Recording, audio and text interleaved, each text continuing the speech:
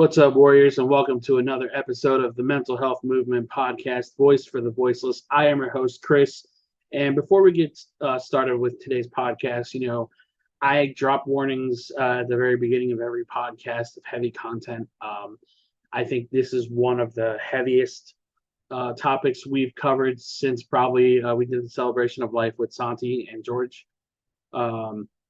So I just want to give everybody a heads up. This is a really heavy episode, really big trigger warning on content.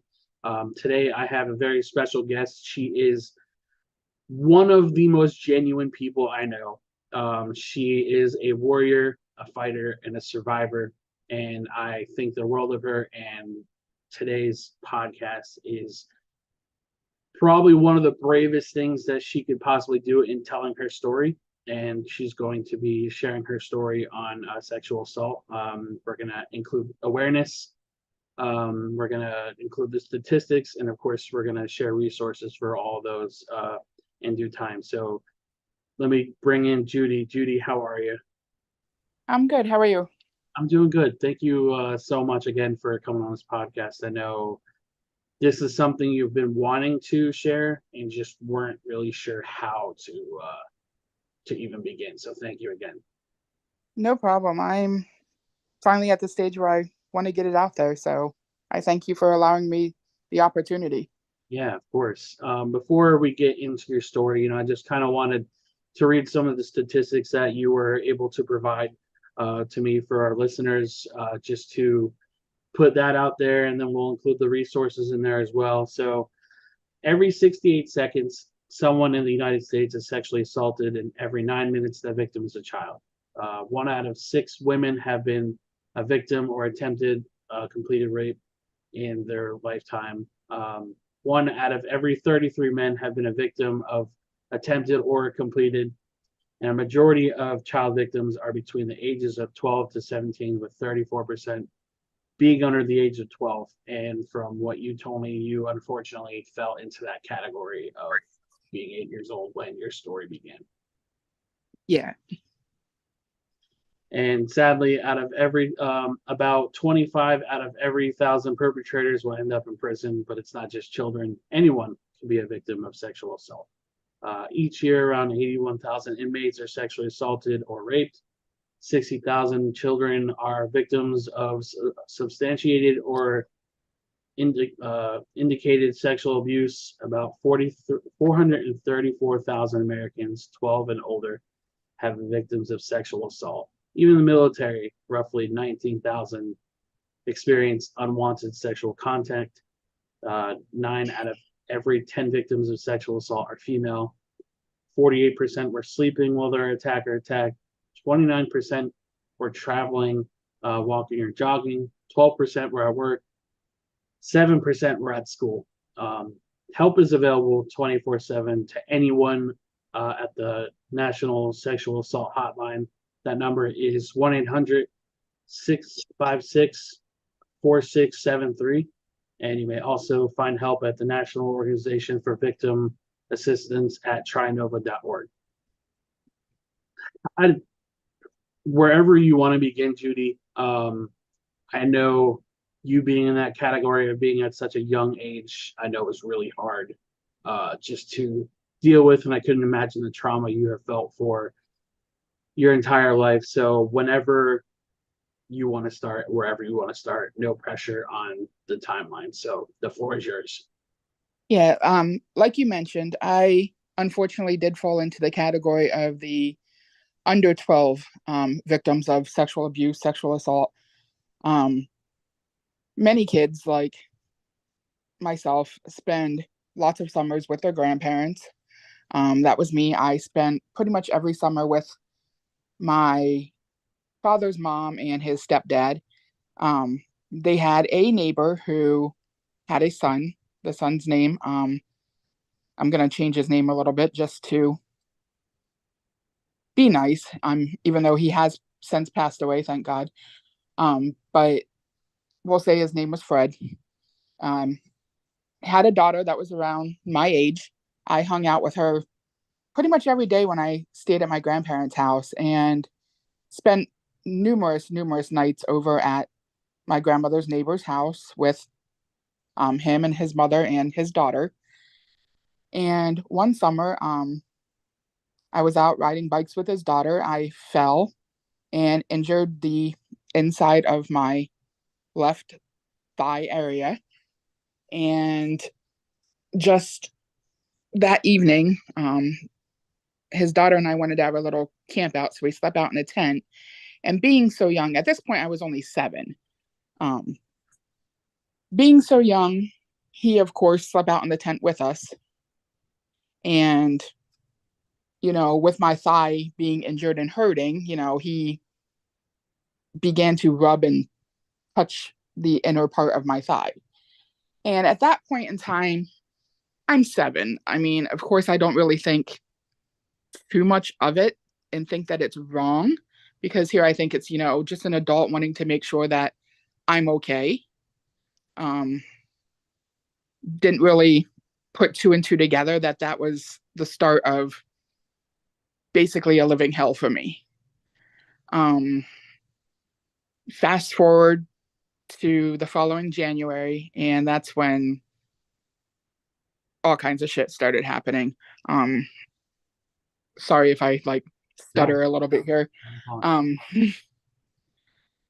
spent an evening over at his house. It was the night of January 8th, 1987. His daughter had asked if I could stay over there. I was off school for some reason during this time period. I don't remember even if it was a weekend, but spent the night over there and laying in bed. And his daughter and I shared a double bed whenever I'd spend the night over there. And I remember the door to the bedroom opening and him walking in. And again, he's just sitting on the edge of the bed and he's talking and he's saying random stuff that I don't remember everything because of being 8 years old. That, and I think that with it being so traumatic that I basically wanted to block out and shut out a lot of it. But I remember I only had a nightgown on. So of course I had a nightgown and my underwear on. And I remember him pushing my underwear to the side and beginning to touch me in areas that adults really should not be touching children. I wanted to scream and I started to make noises, and I had a hand placed over my mouth. I basically was threatened, told that if I screamed or made a sound that he would hurt me even more. That's going further. That's when he did penetrate me with his fingers. And was doing that. At that point, I froze, couldn't scream, couldn't do anything. I remember tears rolling down my face, but I just laid there and did not want to move, didn't want to scream because I felt like the threat was real, that he would hurt me more. He then, all of this, of course, was happening while his daughter was laying next to us. I don't know if she woke up, don't know if she knew what was going on. Later on in life, I found out that a lot of this had happened to her throughout her life as well from him. So I don't know if she was just afraid and if she's been threatened in the past too, and that's why she didn't say anything. But I do remember his body climbing on top of me. He attempted to penetrate with his penis. I say attempted because by the grace of God, I don't know. I had angels or somebody watching over me. I'm not sure what happened, but he was unable to fully perform that duty. However, just the thought of him rubbing himself against me in that area with his penis to this day still makes me sick to my stomach. Yeah. But when he was done, he ejaculated somehow. When he was done, I remember him taking his hand that had semen on it and smearing it across my face and calling me a dirty little bitch and walking out of the room. And like, I just laid there and didn't know what to do from then on. Um, I could have easily got up and walked over to my grandparents' house. They always left the door unlocked in the event that I needed to go back over. But for some reason, I stayed until the next morning. I got up and went out to the kitchen, was offered breakfast by this monster, and he acting like nothing happened and that everything was perfectly fine. I wouldn't look at him, didn't even talk to his daughter. I just said I needed to go home because my parents were coming to get me. And I remember walking over to my grandparents' house and my grand just looking at me and saying, "Did you have a good time?" And me telling her, yes. And I don't know why I said yes, but at that point in my life, I just felt like no matter what I said, nobody would believe me. This was my father's best friend. Right. My grandparents liked and admired this guy. He always did a lot of work around my grandparents' house. Um, I just felt like if I said anything, that he would turn the story and nobody would believe me. And back then, like, I didn't know a lot of the facts that I know now. I didn't know that I could have been taken to the hospital. They could have tested for DNA and things like that would have put him in jail. I didn't know those things. So I pretty much kept everything quiet. And I kept it quiet for a very long time. I remember talking a little bit about this before to people. Um, like I said, my father and him were best friends. And my dad was the type of guy that if he found out that anything happened to one of his children, especially his girls, he would have literally killed the other person. Literally, like no ifs, ands, or buts about it. So me trying to protect my father never told him until my dad sadly, I'm gonna start crying. I'm sorry. It's okay. Take a breath, take a break. Um, it's, listening to you tell your story and just hearing the gruesome details. And then just hearing what kind of person this was around your family and yourself. Um, just for it to be your dad's best friend is even more heartbreaking. Just for the simple fact that this is supposed to be somebody that you're supposed to trust because it's your dad's friend, and you would Yeah, never have any reason before this incident to believe that he would do something to harm you. And exactly. Like, I mean, I've known this guy for ever since I was little. Like, I was actually raised up until that point to think of him as my uncle right. because of how close him and my father were. And after this incident, did you stop going over there, or is it just kind of you stayed silent and just never brought it up again? Um, I still was around him, but I stopped wanting to spend the night over there unless there was other, like more than just me and his daughter. Like if there was a bigger group of kids that were staying there, then I felt more comfortable and things never happened then. And I think it's because there was more people around and more a higher chance of him to get caught or for somebody to say something. Um, However, probably by the end of that year, his daughter and I had a falling out as well. And I pretty much decided that I didn't want to be friends with her anymore, um, and stopped going over there. But like I said, I still kept everything inside, didn't say anything to anybody. Like I was trying to get out, and I apologize for getting so emotional. No, don't. Um, but my father passed away in February of 2016 of a massive heart attack. And I remember finally feeling like I could get things off my chest Mhm. and I could tell him. Let me backtrack a little bit.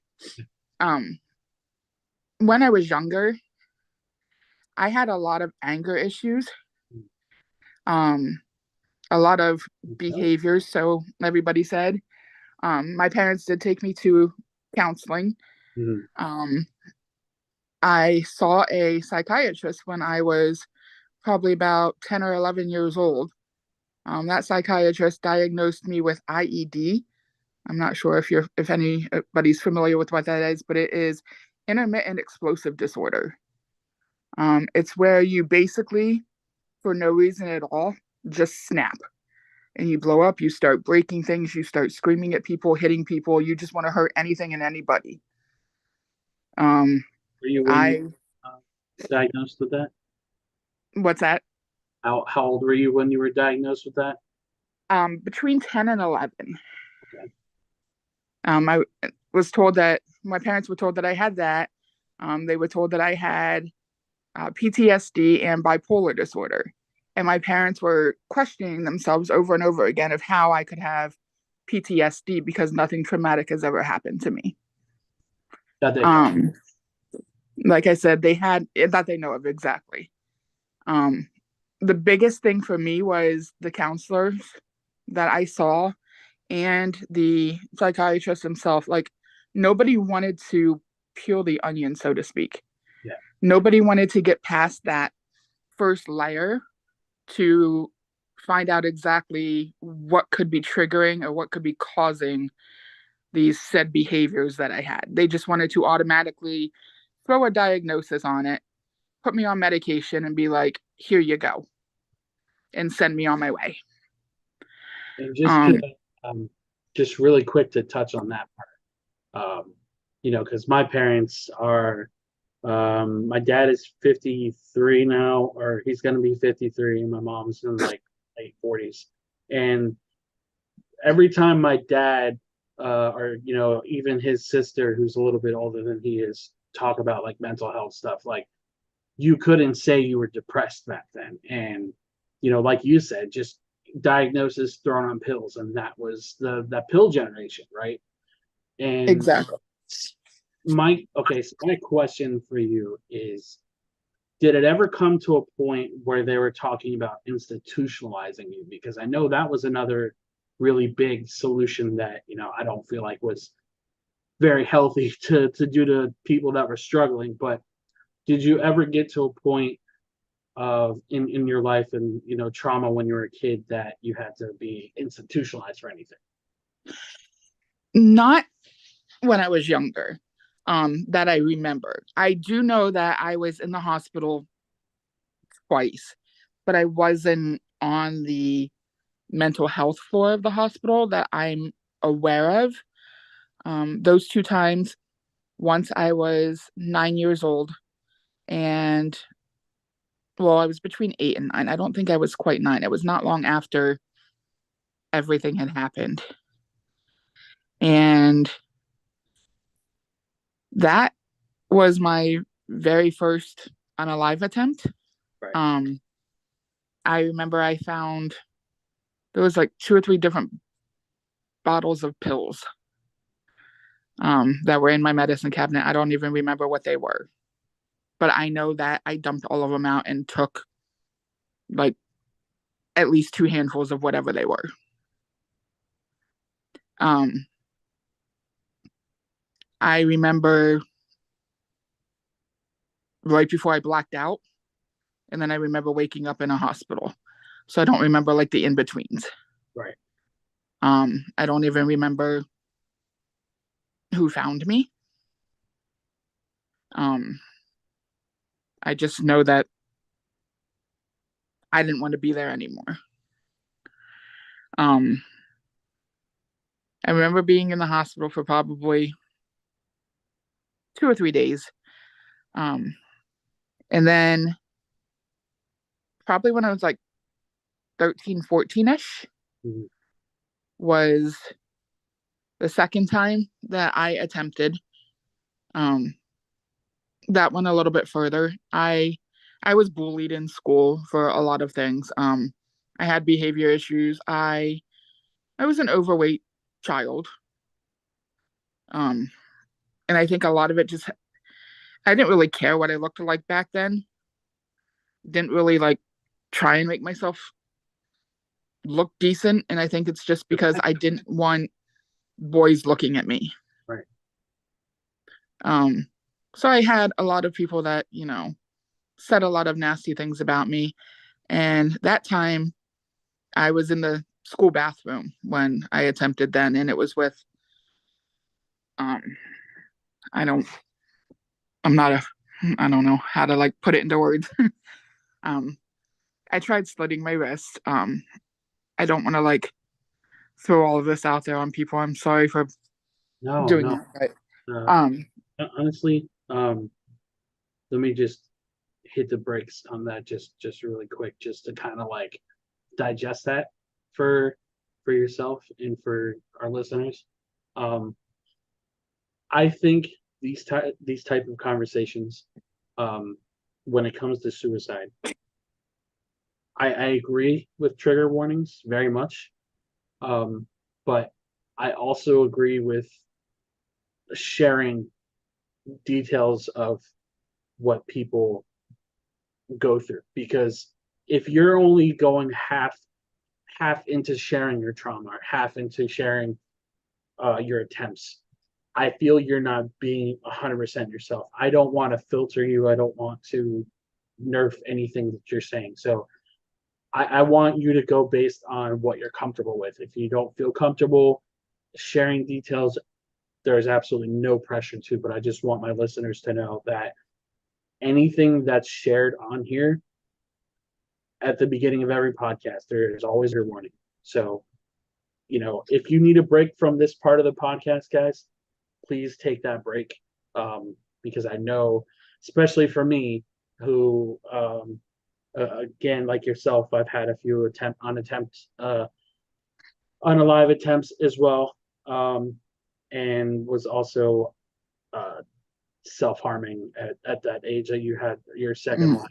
So, um, so going forward, whatever you're comfortable with, and go ahead and continue. but at that point in time, I remember one of my good friends. I believe I was in ninth grade at that time, eighth or ninth grade. And I remember one of my friends coming into the bathroom and she actually saw what I was doing and was able to basically stop me from going any further to the point where I would have cut too deep. Mm-hmm. Um, Granted, I did cut, but it wasn't enough to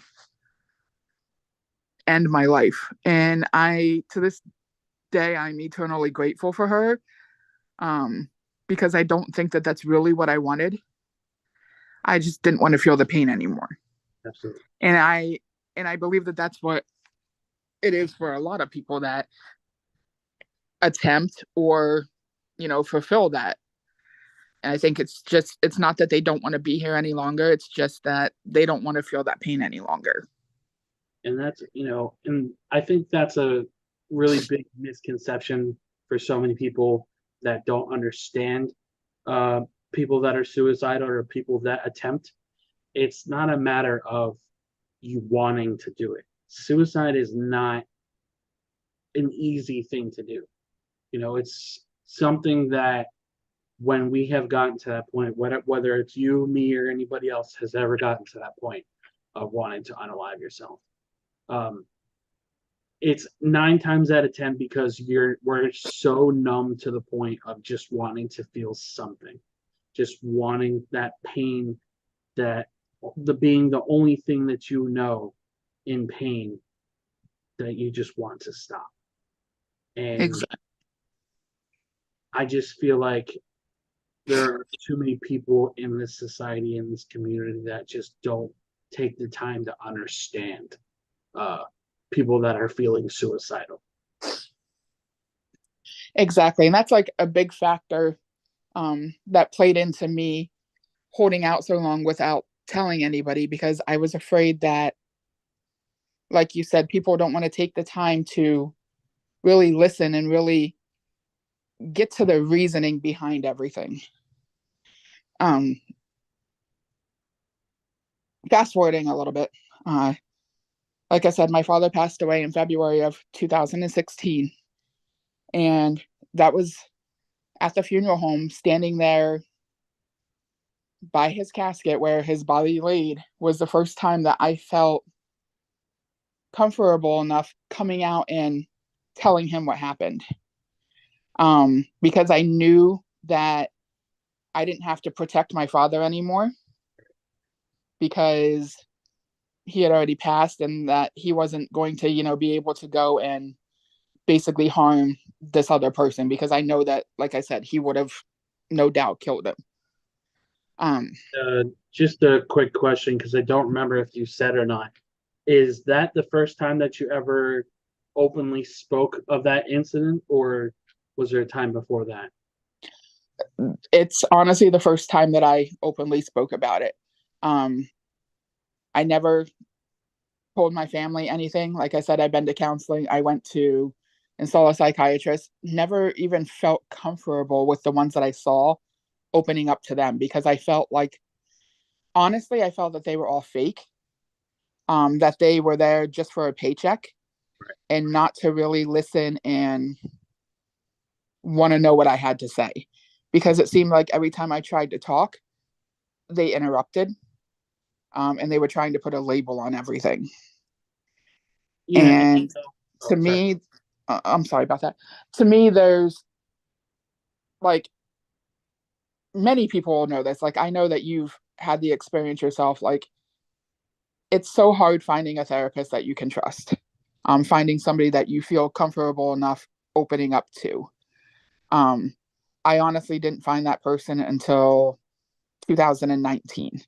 And that's when I finally spoke to a therapist who wanted to get to the bottom and peel those layers and find out exactly what was going on.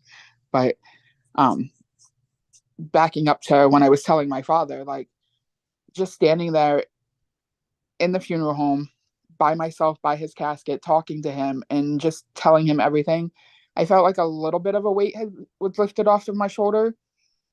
But I still knew that I wanted the rest of my family to know, at least my mother. And I wanted my husband and my children to know. Um, my husband still doesn't know everything because, long story short, he and I never really had like the best relationship, my husband and I. We make things work. I mean, we get along, but there's been many, many, many bumps. Um, and I don't know. I feel like he's one of those people that would listen, but not really take it all in. Um, I did tell my mother after my father's funeral, probably like a week or two after. I did sit down with my mom and I explained everything to her. Um, and her and I had a crying fest and pretty much cried and got it all out together. She asked me numerous times why I never felt comfortable coming to her beforehand. And I explained to her the reasonings why. And I mean, she kind of understood, um, kind of took it all in. And it's something that we don't really talk about anymore. She doesn't bring it up. I don't bring it up around her. Um, and oh, are you still there? I'm sorry. Yeah, yeah, I'm My here. phone just kind of glitched. I'm sorry. Um, but just kind of don't bring it up any longer. And the only person that I really find in my family that I'm comfortable talking to, if I'm being 100% honest, is my daughter. Yeah. Like, Raiden is my lifeline. And I get emotional even talking about that because all of the stuff that I went through, like, I will honestly say that I was not the best mother when my kids were younger. I was literally to the point where I did commit myself to the mental health floor of a hospital for about a week, um, because I felt like I was doing everything wrong. Um, and I did talk to doctors then, and they sort of started getting to the root of what was going on, Right. but not everything. Mm. Um, but I told them that I did experience trauma when I was a child. Didn't really go into detail of what the trauma was because I, again, did not feel 100% comfortable with them, but told them that because of those traumas, and this is what I think a lot of people don't understand, is when people are traumatized as a child, that trauma doesn't go away. It carries on with them throughout their whole entire life. Yep. Um, it factors into a lot of things that they do. Um, like, and I'm not trying to give people an excuse, like people that do horrible things. I'm not trying to give them that little excuse where they can use that and be like, oh, well, I was traumatized as a child, so that's why I did this. So please don't take it that way. But I was borderline being abusive to my children. Um, I would yell at them, scream at them. I've called my children names. Um, I remember one time before a cheer competition, uh, with my oldest daughter, where she had her hair up in curlers and it was hurting her head and she didn't like it. And I remember yanking her hair and pulling all the curlers out of her hair. Um, Not because I wanted to, but I had a lot of issues still going on in my brain. And now, thankfully, I'm at the point where I did ask my children forgiveness. And I'm glad that, you know, her and I have a really, really good bond and a great relationship now. And I'm forever grateful for that. But it was hard. Um, and then, like I said, in 2019, I found a therapist that took my insurance. That's another hard thing. It's finding somebody that does that. Um, Found somebody. His name was Mike, and he was one of the greatest people ever. Like, he's somebody that didn't jump straight into things. He I took his time. remember when you first discovered him. What's that? I'm sorry. I said I remember when you first discovered him. Like, he took his time and he basically, like like I said, using that metaphor again, peeled the onion and kept going until he got to the root of the problem. And I finally broke down and I told him everything. Um, and he hooked me up with a psychiatrist that he worked very closely with. I went and I saw the psychiatrist, and after pouring my heart out to the psychiatrist, he looked at me. He goes, "What were all of the things that you were diagnosed with when you were younger?" And I explained everything to him, and he goes, "I don't believe you have all of those." And I was like, "Well, what is it that you think that I have, if anything?" And he goes, "You definitely have PTSD." He goes, "But that's to be expected because of what you went through." He goes, "And you just explaining all the things that trigger you and things like and different things like that." He goes, "I'm definitely going to keep that as one of your diagnoses." He goes, "But I also think that there's some other things in there too." Um, I'm not going to get into all of the things that I've been diagnosed with, but as far as the IED, um, he flat out said that there was no reason that I should have been diagnosed with that, put on medication for that. Um, he said that children a lot of times will act out like that when things have happened in their life because it's their way of trying to get attention and get that focus on them so somebody will ask them what's wrong. Um, 90% of the time, people will not ask their children what's wrong, and they won't sit down and listen to their children. And I'm telling everybody now, like, if you see a child who is acting out, who is, you know, doing things that are grabbing your attention, take that focus on them, sit down with them and just listen. I honestly, I wish that I had somebody that just came up to me when I was younger and said, "Hey, what's going on? You know, talk to me. I'm here to listen. You know, want to know what's going on with you. I won't judge you. I won't think badly of you. Just tell me what's wrong." Because a lot of times, even with adults today, it's not just children, it's with anybody. I honestly think that so many people want to jump the gun and point fingers and say, "Oh, this person's crazy," or "This person, is just doing this for attention because, they have to have all that focus on them, they have to be an attention whore, whatever." When ultimately they just need somebody to listen. Right. And that's like a big, big thing for me. Like, I tell people all the time, you ever need somebody to vent to, you need somebody to, rant to, ramble on to, even if you don't want me to say a word, I'm always here. I'm always here to listen because I wish I had that in my life when I was growing up. But Can you still hear me? yeah. Okay. I was just going to say, just wanted to touch on a couple different things. One of the biggest things I want to touch on is the generation that raised my parents and the parents that raised you and that generation and their parents. I feel like there was just that long line of just like rub dirt in a generation and just don't talk about your problems, don't talk about your relationship stuff. And I genuinely feel that there are way too many people that choose to be silent about their struggles instead of sharing it.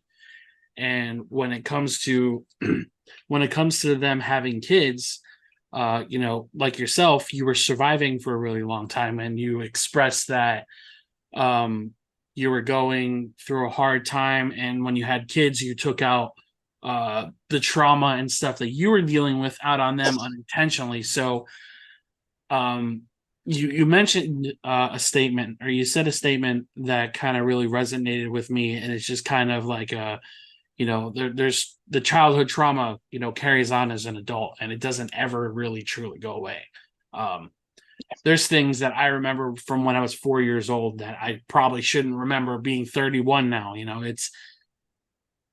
I can definitely agree that childhood trauma carries with you probably for the rest of your life. But I also want to point out that healing is always possible, and how you take that trauma and how you turn that trauma into something positive is 100% possible for everybody.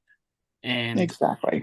You being able to share your story and talk about your experiences, I think is probably the biggest way that anybody can possibly heal, is talking about this stuff.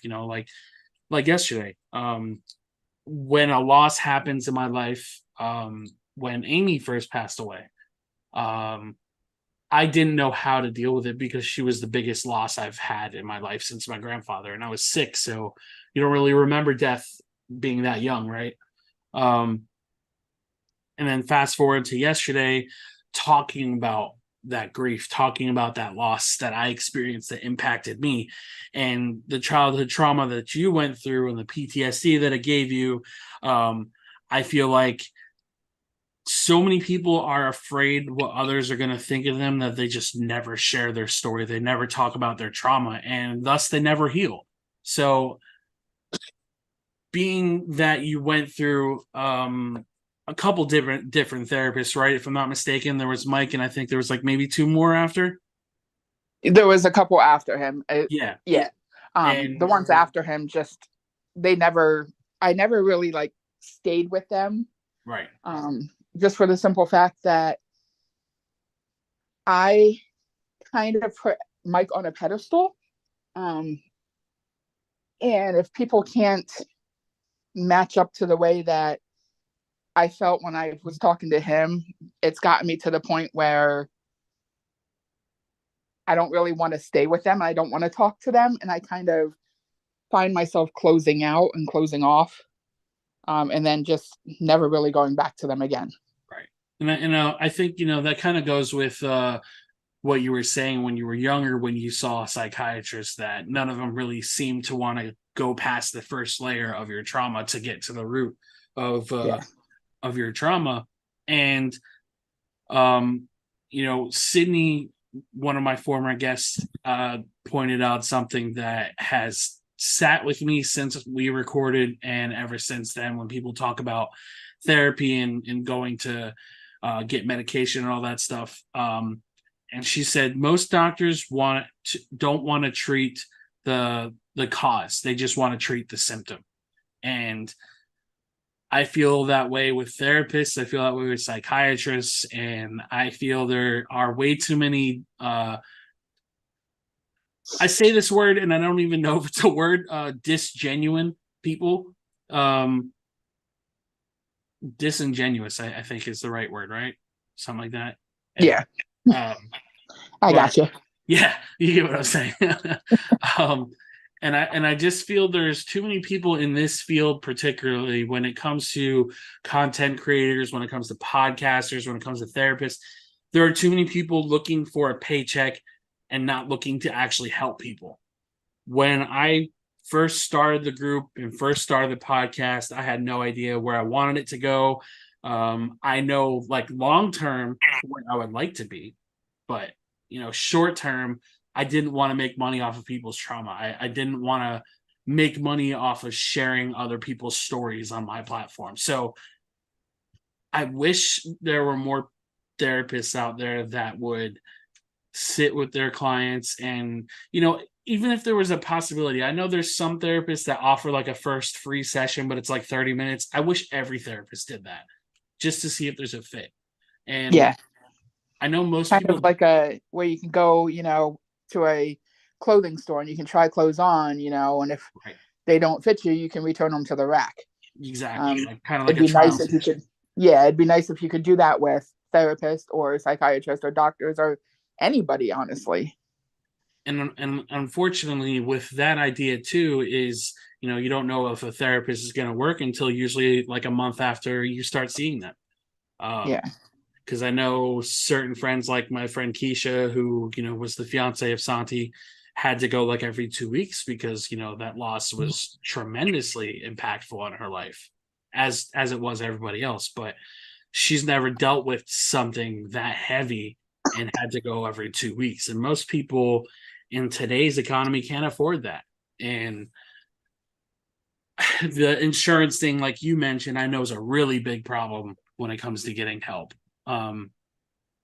For anybody that tunes into this episode and anybody who's looking to get help for themselves, from somebody who's been in therapy consistently for almost 3 years, I want to express that if you're looking for therapy and you want to actually put in the work for healing, and I know a lot of people struggle putting in that work, make sure you ask those questions. I say it every podcast, ask questions to those therapists, because like Judy said, it's hard to find a really good therapist that isn't doing it for just what can I prescribe you today kind of mentality. So Exactly. And that's like when I was younger, all of the ones that I went to back then, that seems like that's all they wanted to do was put a label on something and be like, here's your pills, have a good day. Right. I feel like a lot of people in today's society also like to do the self-labeling thing. I don't know if you've experienced that or have seen it yourself, but I feel like people just kind of slap these phrases on themselves and say, oh, well, I'm this, or I'm going to treat you like this because I have this kind of thing. Have you ever experienced that in your circle or work environment? I have. And it's sad because knowing what I've been through in my life, and I'm not saying that other people haven't been through, you know, different things in their life and stuff. But if you are not like properly diagnosed by a doctor, don't sit there and go to people and be like, oh, that's just my bipolar coming through. Or, that's my other personality coming out of me when you're acting, different. Like, because you could be talking to somebody who's gone through that shit, and like you're sitting there and basically Mocking. making fun of them and mocking them. Yeah. Exactly. And for some people, I mean, that can even be a trigger that's going to send them into, a downside of their depression or their bipolar, or, you know, speaking from experience, like I have bipolar. When I go into those low days, like it's not easy to pull yourself back out of them. And if somebody would say that to me, like, oh, don't mind me, it's just my bipolar coming out. Like that's something that can Trigger somebody. yeah, it's something that can trigger anybody and put them automatically into those low days where they're like, oh, they think that it's funny, they think that it's a joke, and they don't understand, what I've been through and what I deal with on a daily basis. Um, and it's just not something that you should do. I completely agree. And I just kind of wanted to share a little something. This was kind of unplanned that I definitely don't want to take the focus away from the point of this podcast, but I just really quick, I won't make it a very long piece of this podcast at all, but I just at the very beginning of the podcast, we mentioned that it's women go through sexual assault more oftentimes than they ever should, right? And I also feel like there, in the same breath, there are men that don't speak out about it, and I feel like there is a lot of those Absolutely. instances. Um, when I was about 4 years old, we lived in an apartment complex in Clearwater, and there was this 10-year-old girl who lived across like the walkway in our apartment complex. Her name was I'm gonna change her name. Just I got you on that one. Her name was Julie, and we would hang out all the time. We were like best friends, and she had this little tent that was like on her porch that we would always like coloring books, everything like that. And one day, we started hanging out in the tent more oftentimes than not, and she was showing me things at the age of 4 that somebody 4 years old should never have to like experience. Again, I don't want to take the focus away from this podcast because this is about you, not me. But No, you're not taking the focus away at all. Like, I think that it needs to be said that, it's not just women that experience like sexual abuse, sexual assault, anything like that. Like, it can absolutely happen to men. and And when she was showing me these things, growing up as a young man and kind of experiencing bullying like yourself and just dealing with all the things that I was dealing with, that didn't come with a lot of relationships, if any.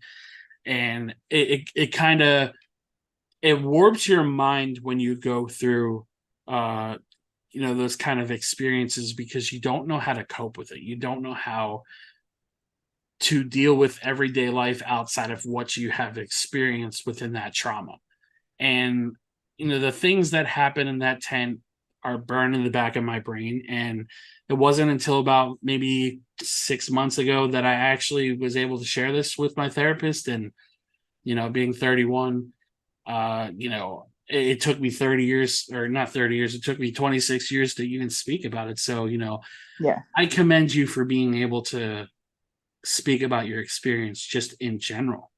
And I wish more women and more men would speak out about it, and people wouldn't shame them for it, because I feel there's way too many silent people when it comes to this subject.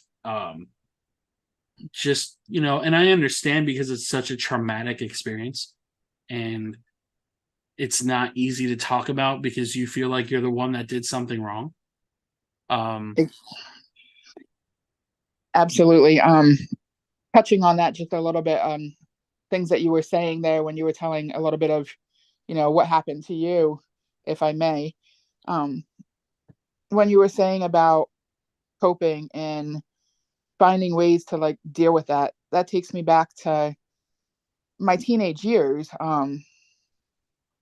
I was called a slut and a whore numerous times because I was somebody who I did sleep around, and it didn't really matter who it was with. And I think in a sense that was my way of coping with things. Um, just because I didn't really care. Um, and that's just basically using, I don't even know how to put it into words. Um, Basically, using your childhood trauma to try and move forward without still suffering, I guess. Something along those lines. Yeah. Like it's just a way of trying to drown out the pain and drown out like those memories in your head. Like so many people, like they don't understand, even with people who turn to, drugs and other kinds of addictions. Like for me, honestly, sex was my addiction. And it's just something that helped me erase those memories and those flashbacks and like basically movie that was replaying over and over again in my brain. It helped keep that at bay and keep it, erased so I didn't have to relive it over and over again. So, Um, go ahead. Sorry. no, and at that point in time, like, yeah, granted, men made me like uncomfortable, but for some reason during those times, it felt like it was the right thing to do. And I don't like know how to put into words why it was like that. Yeah. I think, and this is just kind of like a perspective of why I think, it turned into that. And I think it was just because the memory was so painful, you wanted to replace it with something that you thought felt good. It's kind of like you said, it's kind of like a drug. It's that temporary feel good moment. It was, releasing the hurt within your heart, even if it wasn't healing you 100%. It was just like, I feel good for this amount of time, and you know, you're not thinking about anything else, right? Um, for me, Exactly.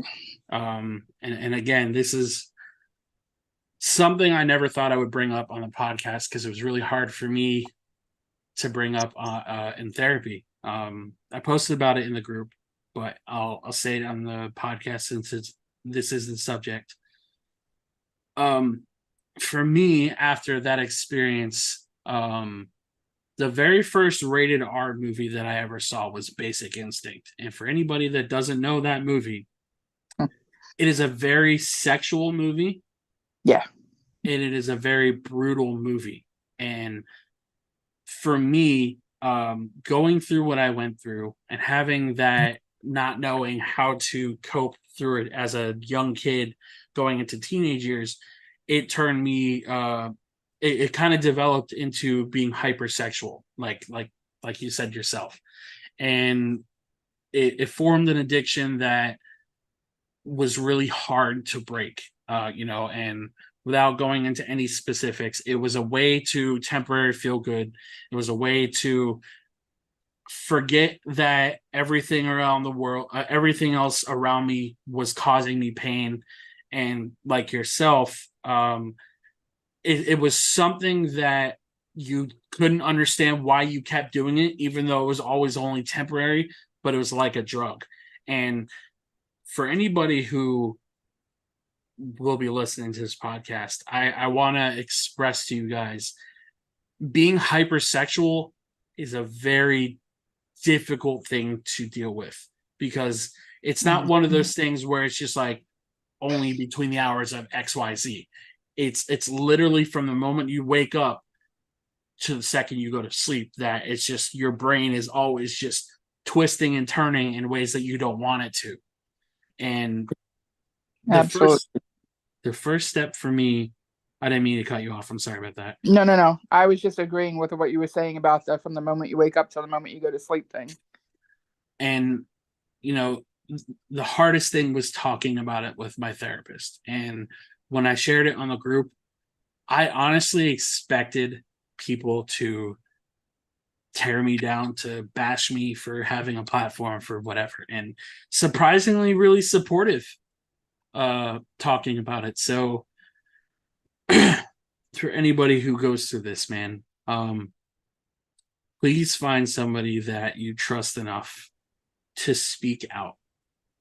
It doesn't have to be right away. It doesn't have to be a week after whatever happened. Just get that demon off of your back so it doesn't consume your heart full of pain. Because I feel there are too many people in this world that just can't handle the pain and unalive themselves. And I don't want it to get to that point for anybody else. And Judy, I just, from the bottom of my heart, I just want to say thank you for being strong enough to talk about this, because shit wasn't easy for me to talk out loud about. Yeah. Like I told you, even leading up to this podcast, like my nerves were all over the place, and right up until the point where we first got on to start recording, I wasn't even sure if I'd be able to go through with it. So I thank you and I appreciate you so much for always making me feel comfortable enough to talk with you about things. Absolutely, absolutely. I feel like that's the number one thing, guys, is if you want to be there for somebody, like genuinely want to be there for somebody, don't offer advice, don't offer a solution unless they ask for it. Let them tell their piece, make them as comfortable as possible, and let them share their heart with you, because there are way too many people who offer unsolicited advice that either don't know better or are just too full of ego to let somebody share their story and be vulnerable.